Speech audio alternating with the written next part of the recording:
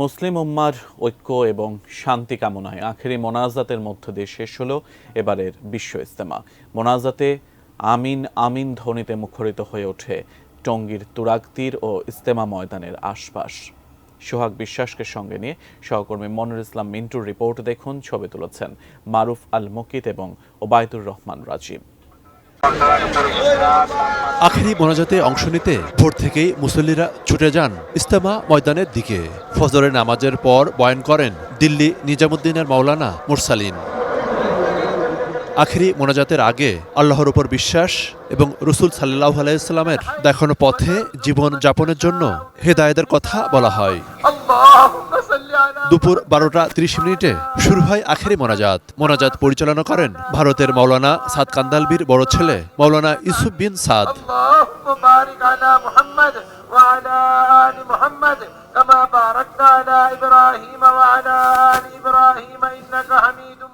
মোনাজাতে বিশ্ব উম্মার হেদায়েত, ইহকাল ও পরকালের নাজাত এবং দ্বীনের দাওয়াত সর্বত্র পৌঁছে দেওয়ার জন্য দোয়া করা হয়।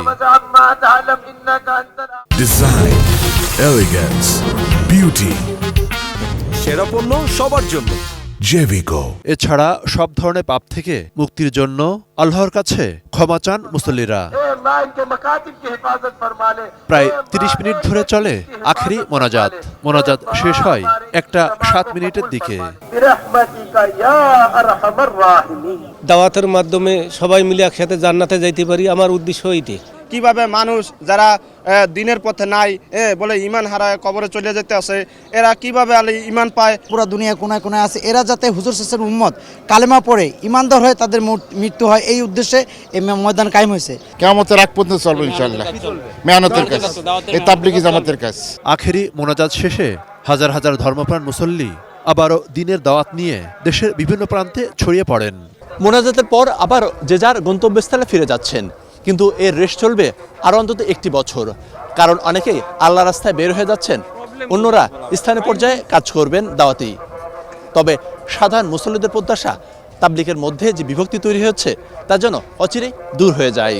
এবার মোনাজাত শেষে মুসল্লিরা নির্বিঘ্নে যাতে বাড়ি ফিরতে পারেন, এর জন্য রেলওয়ের পক্ষ থেকে 8টি বিশেষ ট্রেনের ব্যবস্থা করা হয়। ইনশাআল্লাহ কোনো অসুবিধা হবে না, সবাই যার যার গন্তব্যস্থলে নিরাপদে পৌঁছে যাবে আমরা আশা করি। মনির ইসলাম মিন্টু, ET নিউজ, বিশ্ব ইজতেমা ময়দান, টঙ্গী।